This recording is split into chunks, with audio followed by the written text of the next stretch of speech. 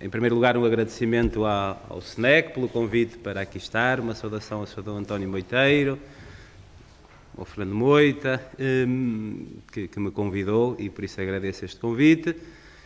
Uma saudação a todos e a cada um de vós. Sinto-me assim, diante de tantos ilustres da catequese, mas irei partilhar um bocadinho daquilo que tem sido a minha reflexão, por um lado, sobretudo no âmbito da sinodalidade, que é este tema que me confiaram e que tem sido o meu tema de estudo ao longo destes últimos anos, desde da minha tese de licenciatura canónica e agora também nos trabalhos de doutoramento, prosseguindo agora já não na sinodalidade, porque aí foquei, e vereis isso ao longo da minha intervenção, irei citar repetidas vezes o Papa Francisco, porque foi esse o meu âmbito de estudo, a sinodalidade no magistério do Papa Francisco.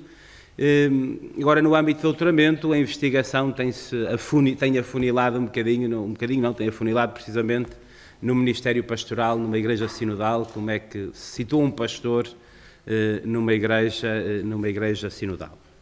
O tema que me confiaram para esta manhã foi este da Igreja abre-se ao agora de Deus, sinodalidade e desafios pastorais. E começo precisamente por aí, ou seja, por esta igreja que se abre ao agora de Deus. Creio que só este pequeno inciso do tema é já bastante sugestivo, não é? E carregado de implicações e desafios pastorais. Não é? A ação pastoral, na qual se insere a ação catequética, a ação pastoral é sempre situada, não é? No tempo e na história, no aqui e no agora, no aí que et nunc, e por isso impede uma projeção pastoral desencarnada, isto é, uma ação pastoral ou uma proposta pastoral, não é? Como um manual de receitas que se aplica independentemente do tempo ou do espaço. Como recorda o novo Diretório para a Catequese, número 224, o Evangelho não se destina ao homem abstrato, mas a cada homem real, concreto, histórico, enraizado numa situação particular e marcado por dinâmicas psicológicas, sociais, culturais e religiosas. É, portanto, projetar o agora de Deus, projetar e realizar, porque pode haver, porventura, a tentação de estarmos sempre a pensar, a projetar, não é? Faz sempre lembrar a história dos 3 sapos, não é? Que estão na beira do lago e decidem, não é? Dos 3, 2 decidem saltar, mas quantos saltaram, não é? Só saltaram 2, porque decidiram os 3, mas só 2 é que saltaram, não é? Ou seja, não basta pensar, projetar, não é? Temos de repensar a catequese em Portugal, temos de repensar, não é? A ação paroquial, não é? Neste novo modelo sinodal. Temos de repensar e temos de reagir, não é? Temos de atuar. E de atuar neste agora de Deus ao qual nós somos chamados. E, portanto, contudo, pensar o agora de Deus, eu não me queria deter muito aqui para poder ir à sinodalidade, mas pensar e projetar o agora de Deus não pode consentir um apego ao presente que impeça de olhar o passado e que impeça de rasgar horizontes de futuro, não é? Que este olhar o agora de Deus não se compadeça de um presentismo que nos impeça de olhar o passado com gratidão, de viver o presente com paixão e, sobretudo, de abraçar o futuro com esperança. E aqui cito, ainda que a citação seja longa, creio que é iluminadora neste projetar o agora de Deus e desta igreja que se chama o agora de Deus. E cito o Sabino Chialá, num pequenino livro que saiu agora das Paulinas, em que ele diz: na alternância dos dias e dos anos, damos connosco muitas vezes a confrontar-nos de modos diversos e segundo perspectivas sempre novas com o nosso passado e com o nosso futuro. Deste presente, única fração de tempo apercebida como disponível, apesar do seu caráter fugaz, confrontamos-nos também com aquele período de tempo mais alargado, ao longo do qual a existência humana se desenrola. Aquilo que precede e aquilo que segue aquele instante que se desvanece no próprio momento em que é vivido. Damos-nos conta, então, que não vivemos apenas do presente, daquele kairos, que, no entanto, segundo o convite horaciano Carpe Diem, deve ser apreendido e saboreado até ao fim, visto ser irrepetível, e em relação ao qual temos a maior responsabilidade como hóspedes que somos deste mundo. E conclui ele, com efeito, aquela fração de tempo a que nós chamamos presente, recebe consistência daquilo que a precedeu e de quanto a seguirá. devendo procurar-se na primeira dimensão, portanto o passado, a raiz em que o mesmo se pode ler, e na segunda, o futuro, o horizonte para o qual se deve orientar. Um passado que na verdade nunca passa completamente e um futuro que, sendo vago e incerto, se derrama no presente como peso ou leveza e o condiciona. Portanto, habitar o aqui e agora do tempo e da história implica ter esta consciência de um presente que não é sujeito isolado e que se insere numa história bimilenar da Igreja e que também se destina, né, a orientar o futuro para o qual tendemos. E aqui, sobretudo, é necessário também ter em conta várias tentações, evidentemente, que sempre nos surgem. O diabo anda à nossa volta, como o leão que ruge, mas, sobretudo, duas tentações principais e prioritárias neste sentido. Um saudosismo do passado, que é tentador, não é? Desse tempo bom do passado, não é? Que está lá vai, Senhor Abade, antigamente é que era bom, não é? Os meninos vinham todos à missa, as famílias também. Não é? Eu tinha um professor que costumava dizer, esse tempo do passado, tão bom, que podem colocar em qualquer época da história, porque ele nunca existiu, portanto, estejam à vontade. Não é? Porque, e ainda por cima, o saudosismo do passado implica sempre um mau juízo do tempo presente. O saudosismo do passado aparece para dizer mal do tempo em que vivemos. Por outro lado, a pretensão de dominar o presente. Uma igreja que se abre ao agora de Deus não se abre com a pretensão de dominar o tempo presente. Não nos cabe dominar as mudanças, ou dominar mais do que isso, como diz o Papa, uma mudança de época. Cabe-nos servir a vida que o Senhor continua a suscitar. É esta a nossa missão. E por isso não nos cabe nem um pessimismo, não é, que é paralisante, não é, está tudo muito mal, é melhor não fazer nada para não piorar, ou então um otimismo desencarnado, que nos faz ver tudo muito bem e que por isso nos impede de atuar com realismo. Não é? Portanto, nem uma pastoral desiludida, nem tão pouco, não é? Uma pastoral voluntarista, não é? Que dispara em todas as direções e por isso não dispara na direção certa. Evidentemente que uma igreja que se abre ao agora de Deus é uma igreja que se abre com a disponibilidade de acolher os dons que o Espírito continua a suscitar, as surpresas que o Espírito continua a semear na igreja. E, de facto, sonhar o agora de Deus implica abrir-nos a este caminho da sinodalidade que o Papa aponta como o caminho imprescindível para a Igreja. E dilo mesmo, né? O caminho da sinodalidade é o caminho que Deus espera da Igreja do terceiro milénio. Portanto, não tenhamos medo de não estar a fazer bem o que é o caminho sinodal, porque temos o terceiro milénio todo para afinar a rota. Né? Não sei, para o terceiro milénio ainda há muito tempo para irmos afinar o caminho. Contudo, o Papa aponta este caminho da sinodalidade como urgente e necessário. Mas, a determinada altura, num dos seus discursos, o Papa diz: a Igreja ou será sinodal ou não será aquilo que o Senhor espera dela, ou que o Senhor sonha para ela. E isto pode parecer demasiado pretencioso, não é? E pode parecer até demasiado radical. Mas, na verdade, já dizia São João Crisóstomo, Igreja e Sínodo são sinónimos e, portanto, se Igreja e Sínodo são sinónimos, a Igreja, se quer ser fiel à missão que o Senhor lhe confiou, há de ser necessariamente uma igreja sinodal. Há uma advertência prévia que eu costumo colocar sempre ao falar de sinodalidade, que é de que a sinodalidade não se transforme numa palavra da moda. É muito fácil, ou até um slogan inconsequente, é muito fácil no âmbito eclesial surgirem assim um tema que durante muito tempo é marcante e decisivo, até cria uma certa sintonia, não é?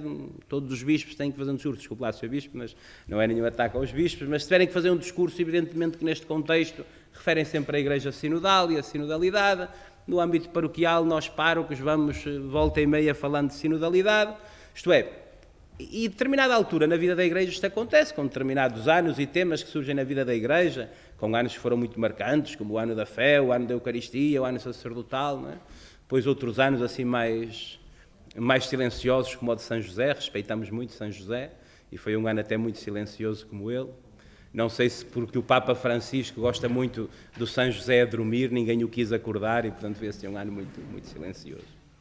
Mas isto é, que a sinodalidade não fique como uma palavra da moda, ou como este tempo do caminho sinodal, investimos e estudamos, né, e que depois desvaneça.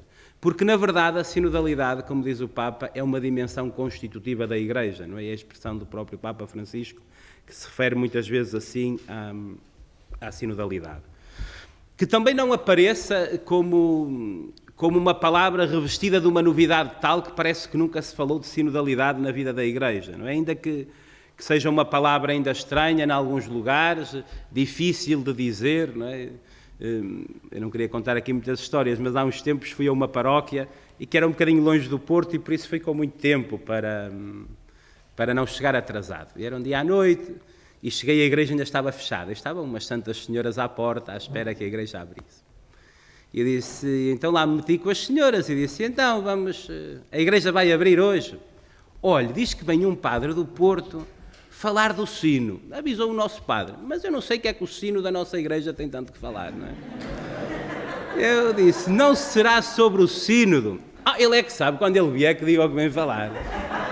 Então, lá disse eu, olha, o padre do Porto sou eu, e portanto sou eu que vou falar sobre o sínodo, e pronto. Não. Contudo, ainda que esta palavra possa ainda parecer estranha aos nossos ouvidos, ela é revestida está inserida na longa tradição da Igreja, ainda que porventura, não quero dizer isto, há expressões que ditas sempre de um modo absoluto, assim, um bocado absoluto, podem não fazer justiça, mas de facto, se calhar nos últimos 5 séculos, não é, de uma Igreja que acentuou a dimensão institucional e hierárquica, esta dimensão sinodal pode ter ficado de algum modo escamoteada e precisou do Concílio Vaticano II e a sua Eclesiologia de Comunhão para se redescobrir e para ganhar um rosto novo. E, portanto, a sinodalidade surge então como uma palavra absolutamente urgente e necessária, mais do que como uma palavra, como um estilo eclesial. Não é? E, de alguma maneira, nesse livro que vos ofereceram, que é parte da minha tese de licenciatura canónica, o grande esforço, ou a grande apresentação da sinodalidade é de um estilo eclesial.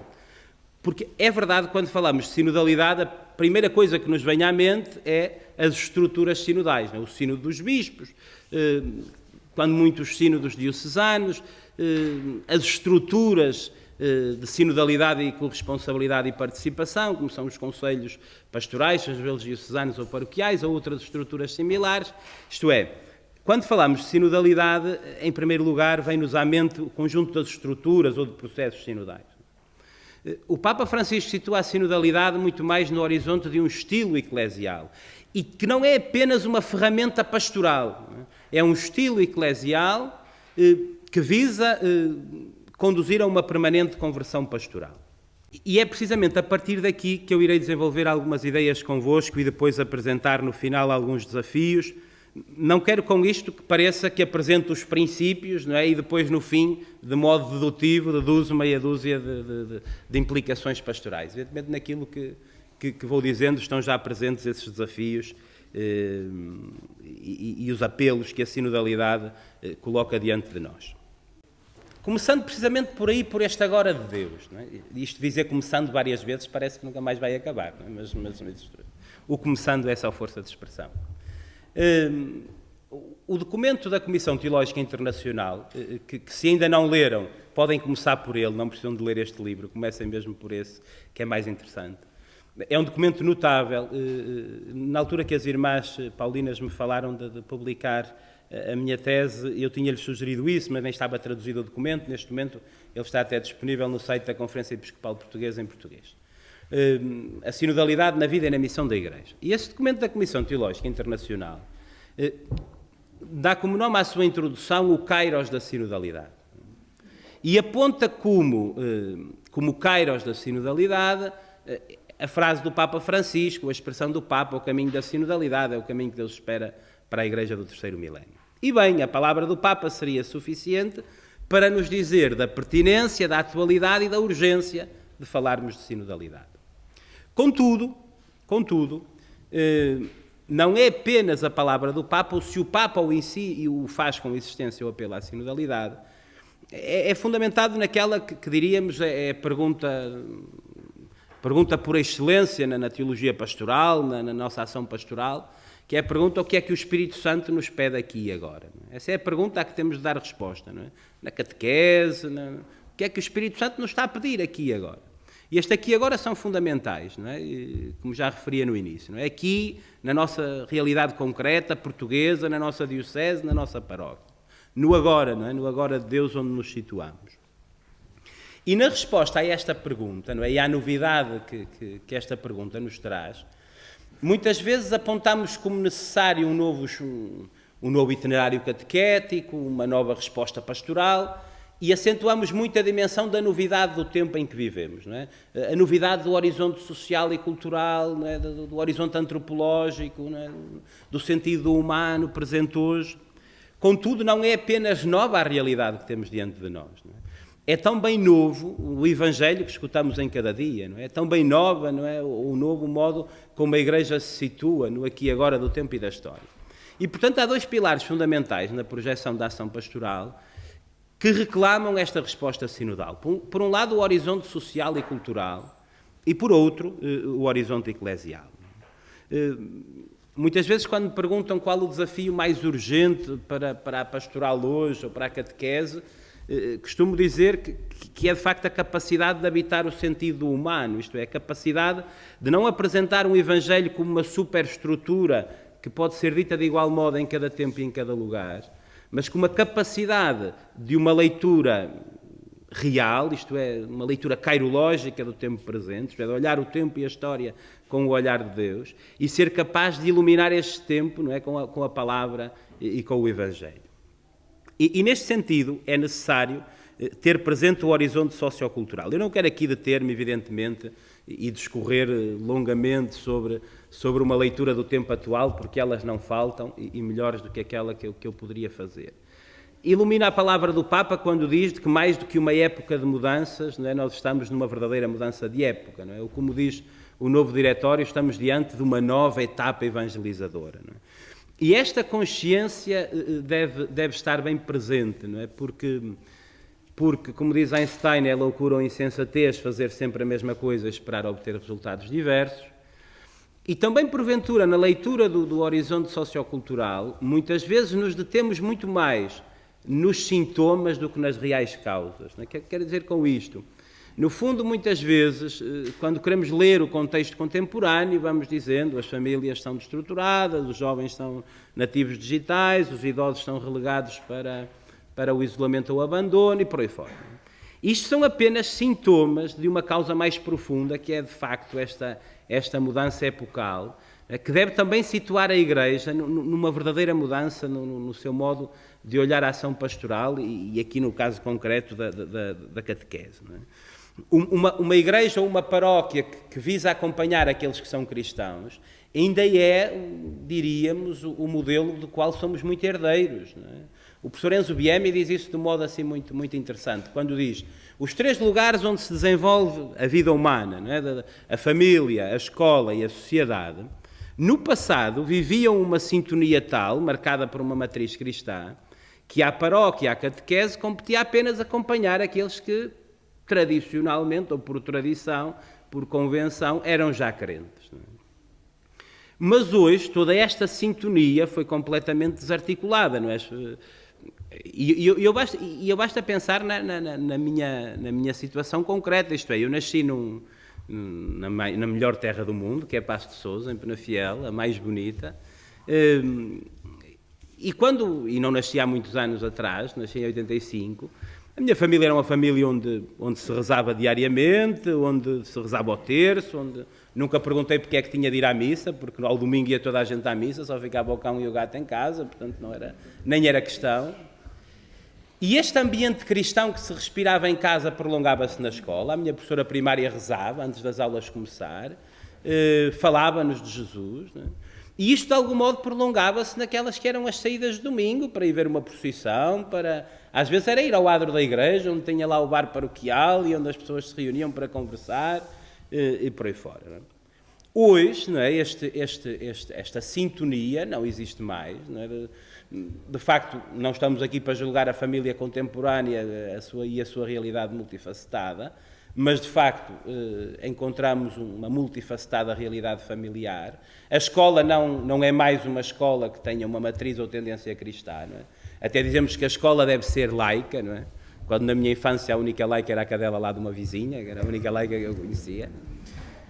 E a sociedade é marcada por aquilo que diz o professor Biemi, numa expressão muito feliz, a sociedade é marcada por uma biodiversidade cultural. E era aqui que eu me queria deter, isto é, o horizonte sociocultural contemporâneo é caracterizado por uma biodiversidade cultural, que podíamos dizer de um outro modo, como dizemos, por um pluralismo, não é? Uma cultura da causalidade e da provisoriedade, não é? Como diz o professor Bauman, vivemos num tempo onde a única certeza é a incerteza, a única constante é a mudança. Não é? Quando caracterizam, sobretudo com Lyotard e outros, a caracterizar o tempo pós-moderno, falam do fim das grandes narrativas, isto é, há uma biodiversidade cultural que afeta também o próprio modo de conceber a fé. Não é? A Danielle Hervieux-Léger, não é? Fala de um cristianismo de bricolage, não é? De um construir da fé a partir de uma dimensão muito sincretista. E este pluralismo a que assistimos, que muitas vezes conduz ao perigo do relativismo, reclama da Igreja realmente uma resposta sinodal.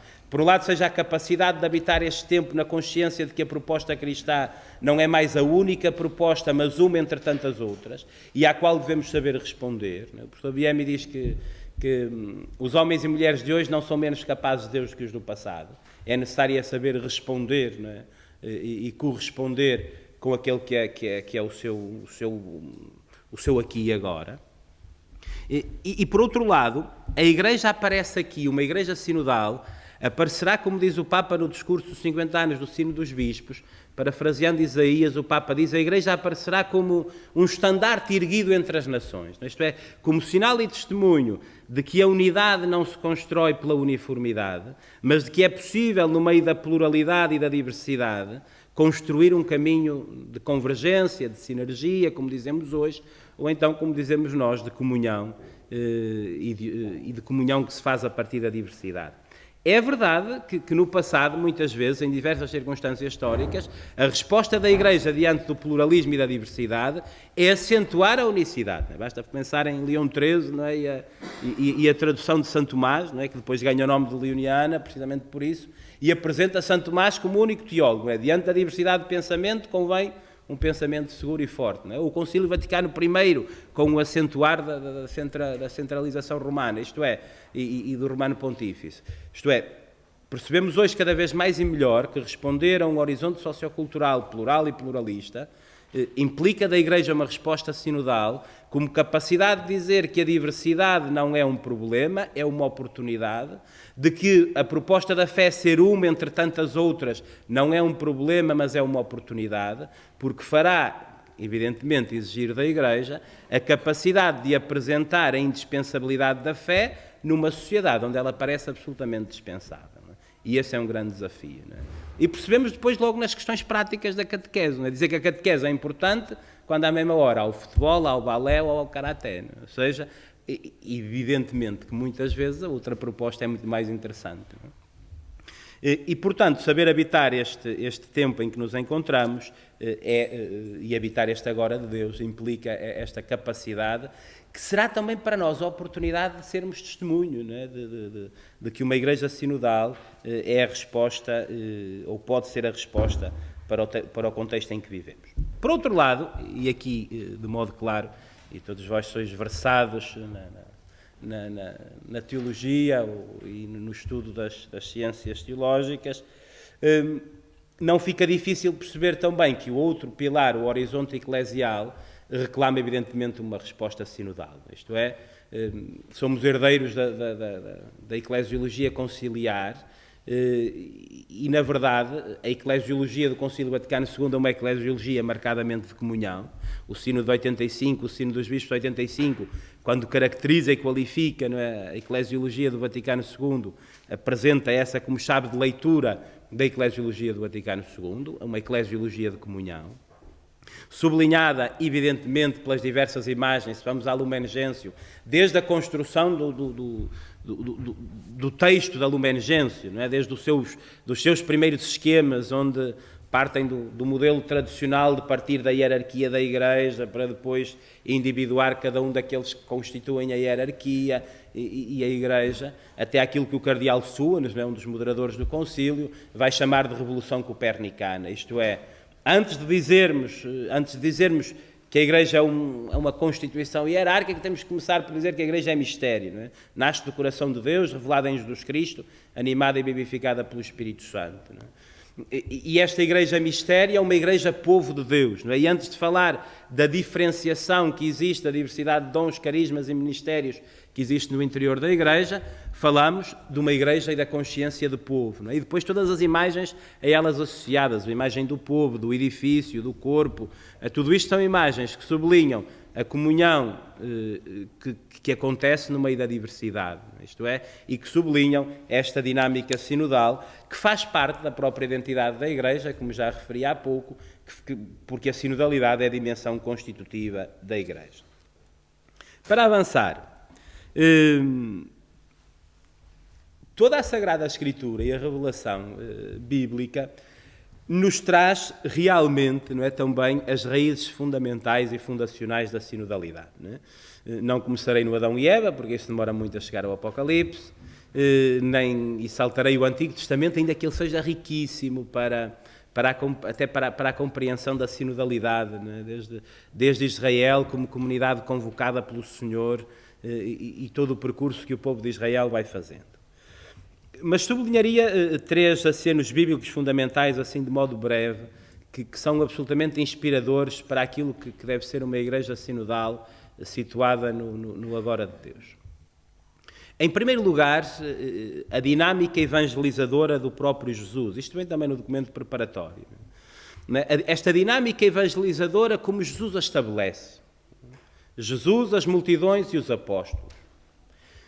Em primeiro lugar, Jesus é o Verbo encarnado, o revelador do Pai, aquele que vem dar a conhecer, não é, o rosto misericordioso do Pai.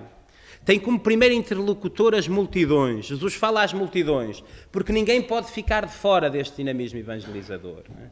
E, em primeiro lugar, uma igreja sinodal é esta, que toma consciência de que estamos todos a caminho. Não é? O Papa, quando quer dizer o que é sinodalidade, diz sempre, é muito simples explicar o que é a sinodalidade. Se uno ou dois, caminho com os bispos, os presbíteros, os diáconos, religiosos, religiosas, todo o povo santo de Deus, portanto, todos caminhando em conjunto. Não é? E até diz, a sinodalidade é muito fácil de exprimir em palavras, difícil é colocá-la em prática. Não é? Portanto, a mim está-me a caber a parte fácil, que é dizer em palavras. Não é? A vós irá ficar a parte difícil de a colocar em prática.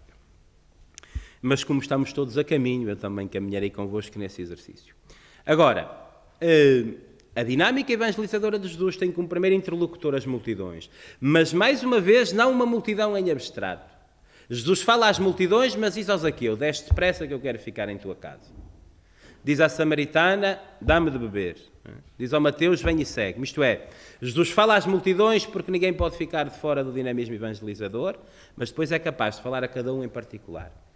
E no modo de pensar o itinerário catequético, no modo de pensar a ação catequética, isto é fundamental. E depois na ação concreta de cada catequista. Isto é, a capacidade de falar a todos, não é? De um discurso capaz e de uma dinâmica catequética capaz de envolver a todos, mas onde cada um também tem lugar. Isto é, falo a todos, falando simultaneamente a cada um e tendo esta capacidade de interpelar a cada um em particular. Portanto, Jesus, as multidões e os apóstolos, isto é, Jesus escolheu até 72, aos quais enviou, mas há 12 que ele escolhe para estarem com ele e para os enviar em missão. E, portanto, a dinâmica evangelizadora da Igreja não pode prescindir disto, não pode prescindir de Jesus, senão torna-se uma ONG, não pode prescindir das multidões, porque senão torna-se uma elite, não é? Nem pode prescindir dos apóstolos ou do ministério hierárquico, do ministério ordenado, porque de outro modo, perderia o garante da apostolicidade, de catolicidade e essa ligação a Jesus. E, portanto, esta dinâmica evangelizadora de Jesus é fundamental para uma real compreensão daquilo que é a sinodalidade. Por outro lado, para mim, como passagem paradigmática do que deve ser o caminho sinodal da Igreja, é a passagem dos discípulos de Emaús, de Lucas 24. Ali temos um caminho sinodal por excelência e, sobretudo, naquilo que o Papa acentua tantas vezes quando fala da sinodalidade como igreja da escuta. Não é só do Papa, alguns autores, por exemplo, Giovanni Tangorra, um eclesiólogo reconhecido, situa precisamente aí aquilo que deve ser uma igreja sinodal, coloca precisamente como sinónimos, a igreja sinodal como uma igreja da escuta. Jesus coloca-se a caminho com aqueles 2 discípulos que vão a caminho de Emaús. E Jesus sabe bem porque é que eles vão tristes, mas pergunta-lhes o que é que ides a discutir pelo caminho. E escuta aquelas que são as suas desilusões e frustrações. Não é? Jesus poderia partir logo do princípio que já sabe o que é que se passa e, por isso, apresentar-se de imediato quem era e dar-lhes a resposta de que eles precisavam. Contudo, o caminho sinodal é precisamente isto, é não partir de pressupostos. Não é? Muitas vezes na Igreja corremos esse risco de um certo paternalismo, no seu sentido mais negativo, não é? De nos substituirmos àqueles que temos diante de nós. Já sabemos do que é que eles precisam, até sabemos a situação de vida pela qual eles passaram. Não é? Este miúdo, os pais divorciaram-se, aquele outro, o pai está preso, aquele outro está... Não é? E pressupomos que sabemos aquilo que eles já estão a passar. Não é? Nós podemos conhecer a situação, mas não sabemos aquilo que realmente acontece dentro do seu coração. E o que é que Jesus faz? Pergunta-lhes o que é que vão a falar pelo caminho.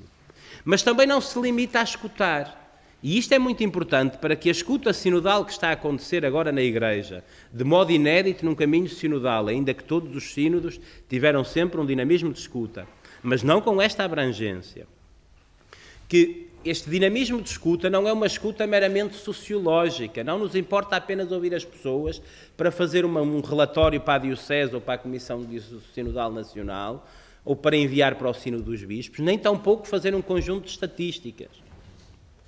A escuta acontece para que possamos iluminar essa escuta com a palavra de Deus e por isso Jesus escuta-os e começa a iluminar a sua vida com a palavra. Lembrai-vos do que diziam, né, as Escrituras, do que diziam os profetas acerca do Messias. E esse encontro com a palavra é de tal modo decisivo que mais à frente eles irão dizer, já nos ardia o coração dentro do peito quando ele nos falava das Escrituras. E esse encontro com uma palavra que ilumina a vida, e aqui encontramos evidentemente o itinerário catequético, não é? Da experiência humana à palavra de Deus, ou então, como diz o professor Salvatore Corró, né? Dessa escritura com letra minúscula que é a vida humana, que está inscrita no coração de cada homem e de cada mulher, que é iluminada pela escritura com letra maiúscula e que leva a uma reescritura, que leva à conversão, né? E por isso à adesão a Cristo e à Igreja.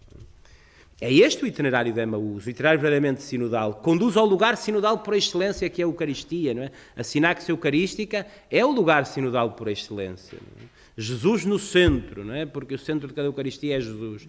Mas que não prescinde de alguém que presida em nome de Cristo, cabeça e pastor. A diversidade de ministérios e dons que servem à Assembleia Eucarística. E depois o envia em missão. E depois não, porque a missão é parte constitutiva de todo este processo e não apenas uma consequência, não é? E por isso, iniciar a fé, iniciar a missão. Não é?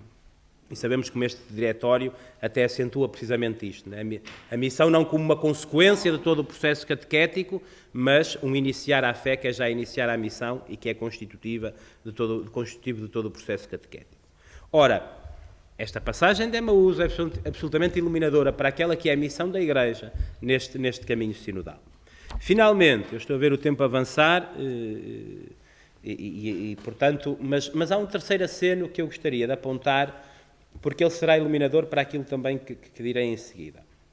Isto é, que é aquilo que no documento preparatório apontam como dupla conversão de Pedro e de Cornélio, que acontece em Atos 10. Não é? A conversão de Cornélio torna-se a conversão de Pedro também. Não é? E diríamos, bem, mas Pedro já estava convertido, Pedro já tinha feito um brilhante discurso diante daquela multidão da qual ele até tinha medo no início e que depois, na força do Espírito destemido, até os acusa de terem crucificado Jesus. Não é? Pedro vê salvo também do critério sempre se fez assim, não é? Quando vê todos aqueles alimentos diante de si e o convite para comer, diz, de modo algum, Senhor, não é? Mesmo que a voz diga mata e come, que é sempre uma frase inspiradora, não é? Da Escritura. Mas Pedro diz, de modo algum, Senhor, que é o mesmo que a gente diz na ação pastoral, aqui nunca se fez assim, Senhor Bispo, aqui nunca se fez assim, Senhor Padre. Não é? Nunca comemos disso, não é? Vamos sempre lembrar uma senhora que na minha paróquia, e nem foi uma decisão minha, eu aceitei a decisão da Comissão de Festas, mas Padre, e se fosse assim? Eu disse, se fosse assim, por mim pode ser. E uma velhinha, eu estava lá para aí há uns meses, e uma velhinha disse, Senhor Abade, antes do senhor vir para aqui, isto já era assim. E os padres aqui param pouco tempo. Portanto, o senhor vai embora e isto vai ser assim. Portanto, enquanto cá estiver, é melhor fazer assim. E razão teve ela, porque foi sempre assim, de facto. Não é? E, de facto, não. E com as procissões nem vale a pena mexer muito. Os santos se vão por outro caminho, nem conhecem o caminho, atiram-se abaixo do andor, é um problema. Ora, Mas, para lá disto, a ida à casa de Cornélio é para Pedro algo que exige também da parte dele uma conversão. Isto é, a conversão pastoral a que a Igreja é chamada, a conversão pastoral a que a ação catequética é chamada hoje, não é? É uma conversão pastoral que exige, em primeiro lugar, uma conversão pessoal. Por exemplo, daqueles dois, o Papa diz que para haver sinodalidade há duas coordenadas fundamentais. Ele diz isto até a propósito, numa audiência de quarta-feira, no contexto do Sínodo da Família. Ele, na audiência, diz a determinada altura: houve um cardeal que veio falar comigo e que disse: olha, Santo Padre, há bispos e cardeais que no Sínodo não estão a dizer o que pensam porque têm medo de ser mal interpretados, porque não sentem liberdade para o dizer. E o Papa diz: isto não é sinodalidade.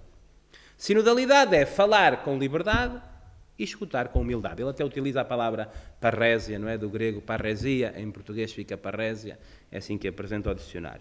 Ora, falar com, não é? E no dicionário parrésia significa falar com desassombro, não é? Portanto, falar com liberdade, não com a liberdade de dizer o que me apetece, e o Papa nisto é claro, diz, é falar com liberdade para dizer aquilo que o Espírito me pede aqui e agora. Falar com liberdade e é um falar que implica já uma atitude de discernimento.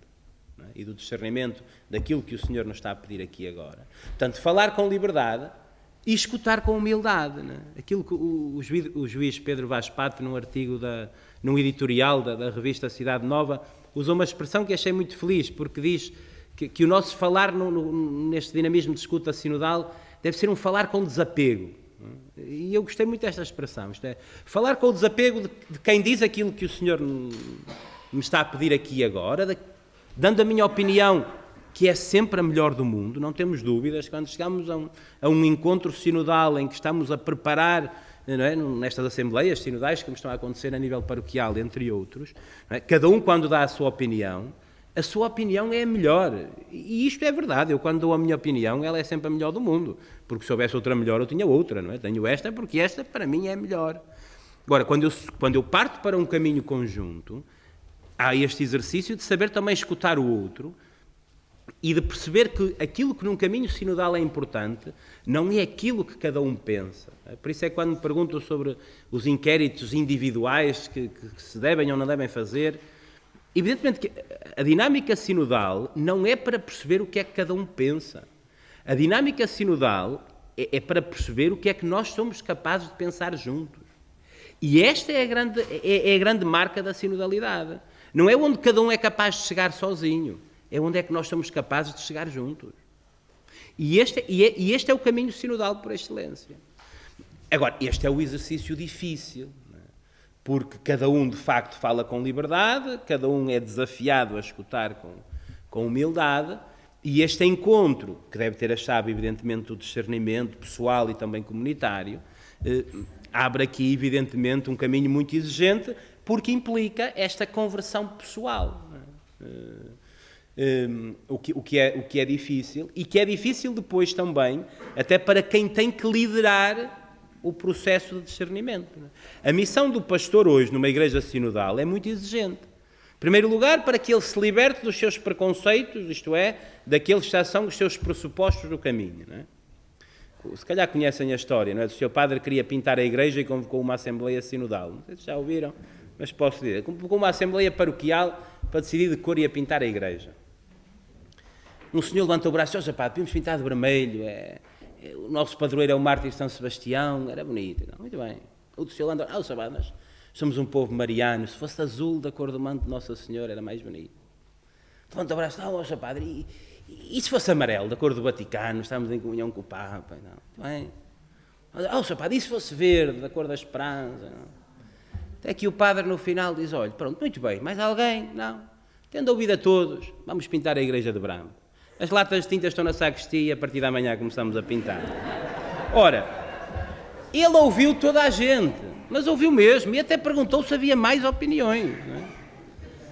Mas já estava decidido por um dia que o caminho sinodal não seja isto. Agora, isto contado em jeito anedótico dá para rir, mas no exercício concreto isto acontece muitas vezes. Nós já sabemos, No Sínodo da Amazónia, que eu participei, não é, como auxiliar lá da Secretaria-Geral, portanto não foi mérito meu, precisavam de padres que falassem português e italiano, e eu estava em Roma nesse momento, e com alguma liberdade, que estava a iniciar o processo de doutoramento, e participei. Recordo-me que aquilo que mais me marcou no início do Sínodo, e que fez parte da dinâmica sinodal, é que as primeiras intervenções, eu creio que se lhes pedissem, eles já apresentavam as conclusões do Sínodo. Já tinham as conclusões do Sínodo para apresentar. Não é? E se, por um lado, os situados mais na Cúria Romana começaram por acentuar a ideologia da doutrina, depois vinham os da realidade amazónica acentuando a ideologia da realidade. Isto é, uns diziam, bem, não é? Falava-se da ordenação dos homens casados, da ordenação de mulheres, a primeira coisa que falam é reafirmar o celibato, o ministério no masculino, a doutrina acerca da Eucaristia e por aí fora. Não é? E depois vem a realidade amazónica dizendo, não, mas nós estamos sem missa mais durante um ano, que muitas comunidades não têm missa, não é? É difícil a assistência religiosa em determinados lugares, que ficam as comunidades abandonadas, etc. Não é? E nem nos serve uma ideologia da doutrina, nem uma ideologia da realidade. Não é? Realidade e doutrina têm que estar sempre, e na ação pastoral e na ação catequética isto é fundamental, numa relação que é dialética, mas também evidentemente assimétrica, porque o dado da fé tem sempre preponderância e precedência, mas neste diálogo permanente entre fé e realidade, que é fundamental para que a ação seja concreta, seja real e responda, de facto, às exigências do contexto em que vivemos. E, de algum modo, para concluir, tinha aqui um apartadozinho, ele é pequenino e digo de modo muito rápido, e depois no livro verão isso. Portanto, eu tenho-me escusado de dizer o que está no livro, a pensar que vão ler, mas acontece-vos a vós o que me acontece a mim, não é? Tem muitos livros, que a gente até começa por ver o índice, depois vem a introdução e na altura já não há muito tempo para mais. A partir daqui, alguns elementos que são fundacionais e fundamentais da sinodalidade, e eu aponto-os mesmo porque creio que não preciso de os ilustrar ou desenvolver, não é? Em primeiro lugar, é a igual dignidade de todos os batizados. Não é? Este é o pressuposto do caminho sinodal, não é? De uma igual dignidade e de que a condição batismal é o mais alto título da nossa vida cristã, como dizemos tantas vezes, mas de que isto abra um segundo elemento fundamental, que é a corresponsabilidade. Não é? Portanto, ou seja, uma igreja que partilha uma igual dignidade de todos os batizados, implica uma necessária corresponsabilidade, que não é apenas uma ministerialidade, isto é, a corresponsabilidade não é o exercício de um determinado ministério no interior da Igreja. A corresponsabilidade é de natureza batismal, decorre do batismo, e por isso começa pelo testemunho concreto no cotidiano da nossa vida, e que de algum modo está relacionado com um terceiro elemento fundamental, que é a unidade na missão. Isto é, uma igual dignidade dos batizados, a corresponsabilidade e uma unidade na missão. Isto é, não há uma multiplicidade de missões como há uma multiplicidade de dons e carismas na Igreja. Há uma única missão na Igreja, que é tornar presente o Evangelho, que é o próprio Jesus Cristo, e que se realiza e que acontece a partir da missão, do dom ou carisma, que cada um dos dons, carismas e ministérios que cada um é chamado a desenvolver, na única missão da Igreja. Depois há um quarto elemento fundamental, que é o governo pastoral em chave de comunhão.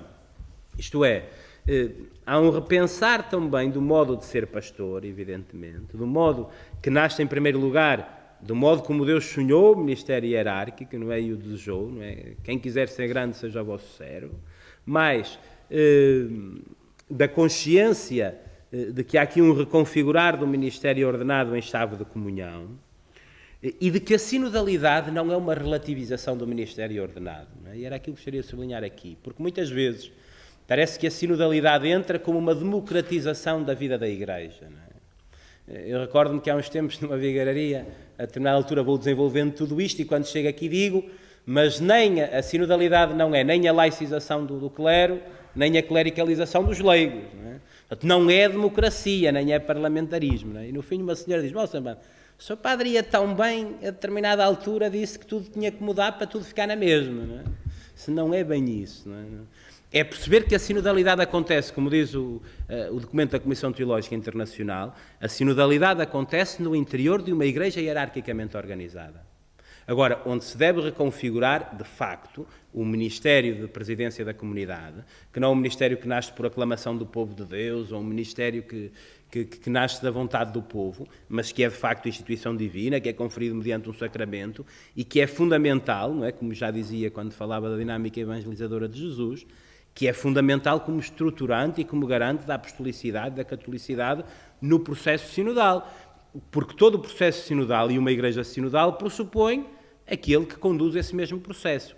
O documento da Comissão Teológica Internacional até faz a distinção entre o que é a elaboração da decisão e a tomada de decisão. Isto liga já, e assim encerro os 5 elementos, né? O 5º elemento fundacional da sinodalidade, que é o conselho como parte integrante da decisão e o discernimento como método. Isto é, o Papa diz que a sinodalidade deve moldar todas as decisões eclesiais, não é? Dele no discurso de 50 anos do Sínodo dos Bispos. Deve moldar essas decisões eclesiais. Contudo, as decisões não se tomam por maiorias, porque a Igreja não funciona por maiorias ou minorias, mas por consciência e comunhão. De nada nos serve uma maioria se não há consciência e comunhão. Não é? Sabemos o que é, ainda agora no contexto político, ter uma maioria absoluta representa aquilo que representa. Ora, a Igreja não funciona assim, funciona por consciência e comunhão. E é nessa perspectiva que situamos o nosso discernimento pessoal e comunitário. E, portanto, o documento da Comissão Teológica Internacional, no número 69, faz essa distinção entre o processo de elaboração da decisão e a tomada de decisão. E diz, o processo de elaboração da decisão é sinodal. A tomada de decisão é ministerial. Cabe àquele que, em nome de Cristo, cabeça e pastor, tenha a missão de guiar e conduzir. Evidentemente que aquele que tem essa missão de tomar a decisão, se a toma, não é, contrário àquilo que escutou, não é? Se pinta a igreja de branco quando ninguém referiu a cor, parece um bocado estranho. Não é? Alguém me dizia há pouco tempo que o branco é a junção de todas as cores e, portanto, foi assim que o padre resolveu. Pronto. Afinal, o padre era sensato. Mas o conselho é parte integrante da decisão, mesmo que o voto não seja deliberativo. Essa é também uma outra questão que andará no sínodo, com certeza, que é de perceber se os conselhos que integram as estruturas de corresponsabilidade e participação devem ter um voto consultivo ou deliberativo. O Conselho Presbiteral, o Conselho Pastoral Diocesano, o Conselho para os Assuntos Económicos. Se o voto é apenas consultivo, pois o padre faz o que quer. Não se trata disto. Dizer consultivo não significa dizer acessório. Não é? Isto seria ferir completamente a dinâmica sinodal. E depois, evidentemente, que isto se abre ao discernimento como método, e aí poderão desenvolver isso muito bem, por exemplo, para a dinâmica sinodal e para este exercício de discernimento comunitário. O discernimento comunitário de Santo Inácio é fundamental e muito iluminador nesse processo. Para concluir, vamos lá, senão... Eu gosto de dizer para concluir porque vejo logo no vosso rosto ficam mais animados. Não é? Quando digo a primeira vez para concluir, normalmente alguns até se endireitam da cadeira. Logo, epá, está calado.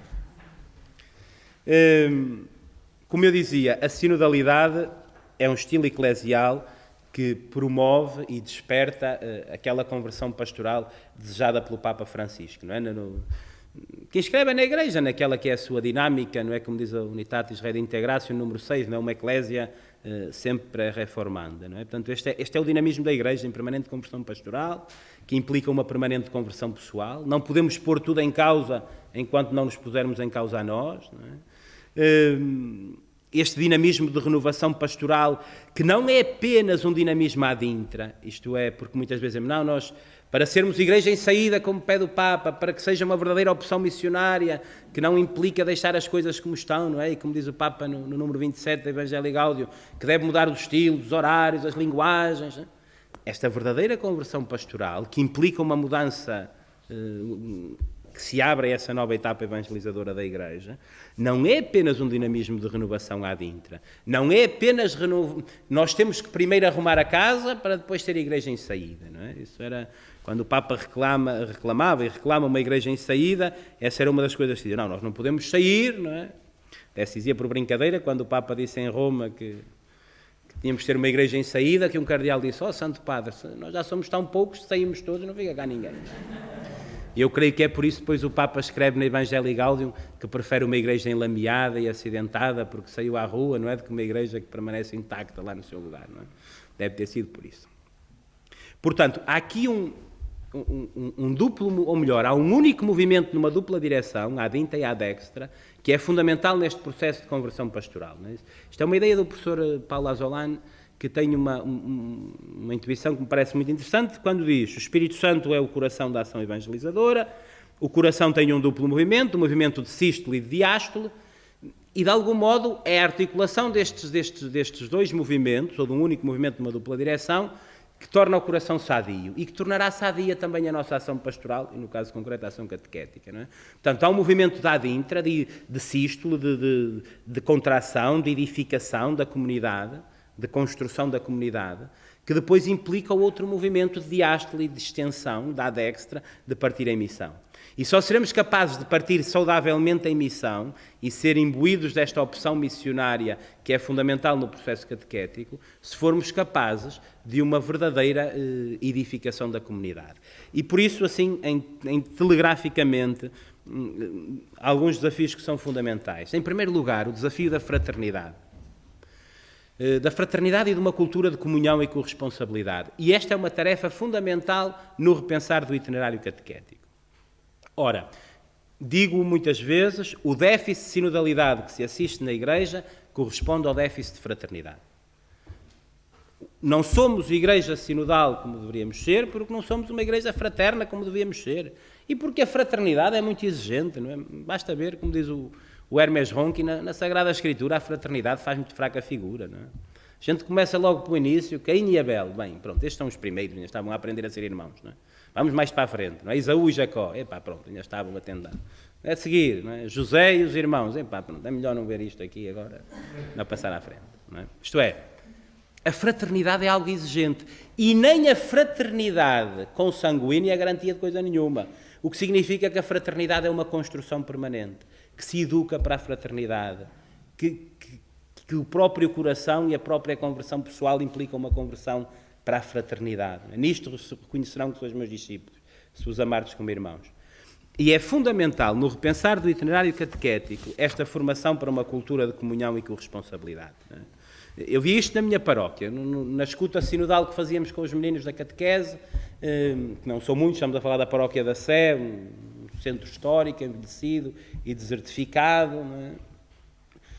Mas onde o primeiro exercício foi perceberem porque é que eles eram chamados, não é, a falar sobre a Igreja. Não é?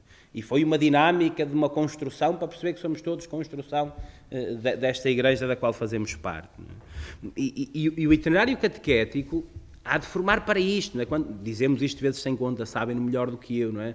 As grandes lacunas do itinerário catequético são, por um lado, não é, o não formar para uma intimidade com Jesus Cristo e não formar para o sentido de pertença à comunidade. Não é? Mas estes são os pressupostos de uma igreja sinodal. É uma intimidade com Jesus Cristo e é o sentido de pertença à igreja. Não é? E que, portanto, deve aparecer como caminho fundamental. Não é? A própria sinodalidade é caminho, educar e formar na fé é também fazer caminho, não é? Educar é caminhar, caminhar é educar, não é? E temos cada vez mais de nos situar. Há pouco tempo li uma frase, não me recordo o autor, mas que dizia, acerca da educação, e no caso concreto na família, dizia: mais do que preparar o caminho para os filhos, devemos preparar os filhos para o caminho. E creio que de algum modo é também isto que a catequese é chamada a fazer hoje. Não é? Mais do que preparar o caminho, é prepará-los a eles para o caminho, não é? É fazê-los sentir-se parte integrante da Igreja. Agora, eu sei que isto é muito bonito de se dizer, mas cabe ao repensar e ao reagir e reatuar da catequese, perceber como é que nós podemos criar esta formação para uma cultura de comunhão e corresponsabilidade. E isto abre-se depois também àquilo que é o entendimento, e este é um outro desafio que aparece no capítulo 9 do Novo Diretório, é a comunidade cristã como sujeito da catequese. Como é que isto pode ser uma consciência cada vez mais clarividente? A catequese não pode ser o que acontece no centro pastoral ao sábado à tarde. Não é? Aquilo que é iluminador, aquilo que diz o documento final do Sino dos Jovens, quando diz que temos de passar de uma pastoral de setores a uma pastoral de projetos. Não é? E até a palavra setor, hoje na linguagem pastoral, é já colocada em questão. Não é? Falamos muito mais de âmbitos da ação pastoral, o setor sectariza, não é? E cria compartimentos estanques. Não é?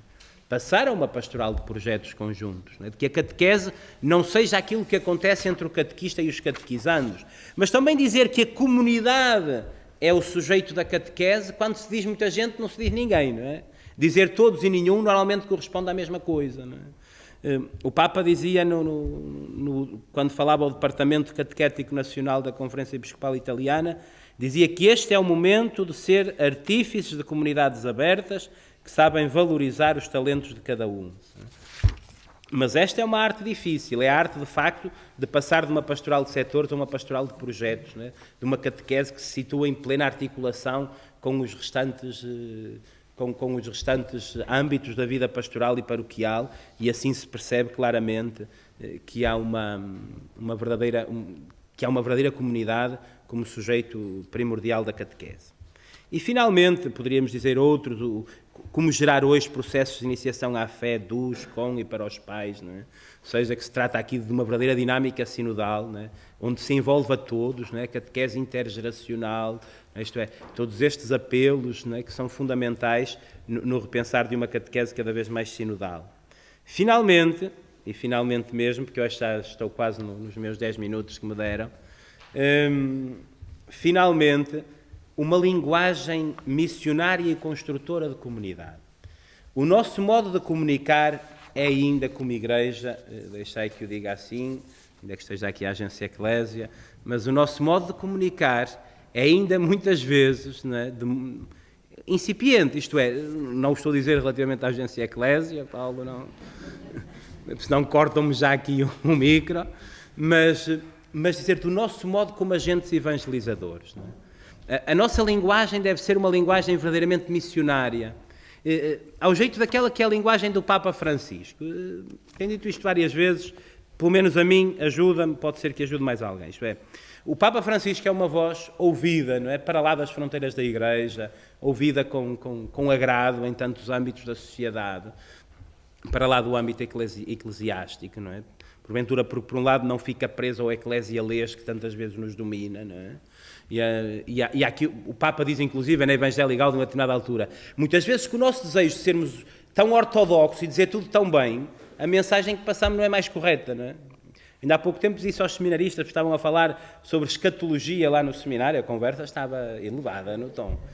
E eu brincava com eles, dizia, mas vocês tenham cuidado a usar a palavra escatologia com o povo de Deus, porque se vocês dizem escatologia, não é? A dimensão escatológica numa assembleia, e tiverem lá um biólogo, para o biólogo a escatologia é a ciência que trata as realidades últimas, mas as animais, as fezes. Isto é o tratado das fezes.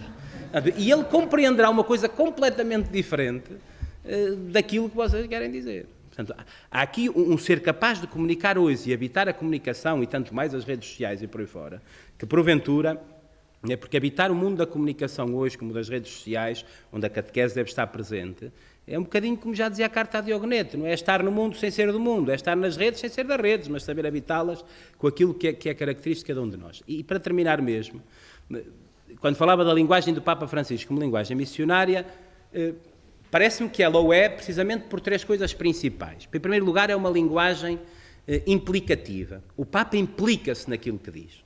Não fala, vós deveis fazer isto, vós deveis fazer aquilo, não é? Basta pensar quando o Papa Francisco, logo no início do seu pontificado, quando comenta precisamente o Evangelho da Mulher Adúltera, creio que é o primeiro domingo, em que ele fala da misericórdia, e na altura diz, porque eu também me sinto pecador, não é? E lembro-me que uma paroquiana me disse, ó Sr. Padre, o Papa disse que era pecador, nós estaremos bem entregues. Isto com um Papa pecador, vai lá. Se fosse um Papa muito santo é que era um problema, porque ele não compreenderia os pecadores. Um Papa pecador é bom ter.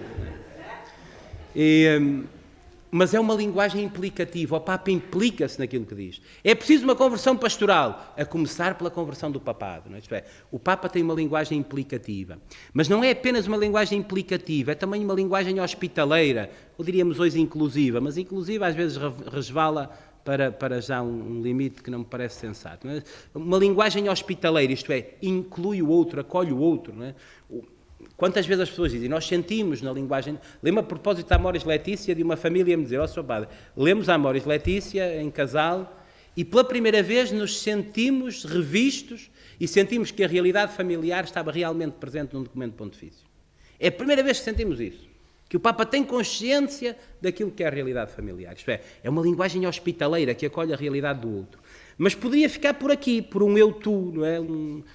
O Papa implica-se, implica o outro, e não fica no eu-tu, é uma linguagem reveladora. Isto é, implica-se a si próprio, implica o outro para que junto caminhemos ao encontro de Jesus. E termino mesmo. Esta é a dinâmica sinodal. Não é uma introspeção. O Papa Dilo, a Ação Católica Italiana, o caminho do sínodo não é um caminho de introspeção, não é uma autoanálise da Igreja, é caminhar de olhos postos para o Senhor, todos juntos, animados e vivificados pelo Espírito Santo. Sinodalidade é caminho. Então, bom caminho para todos e obrigado pela vossa paciência.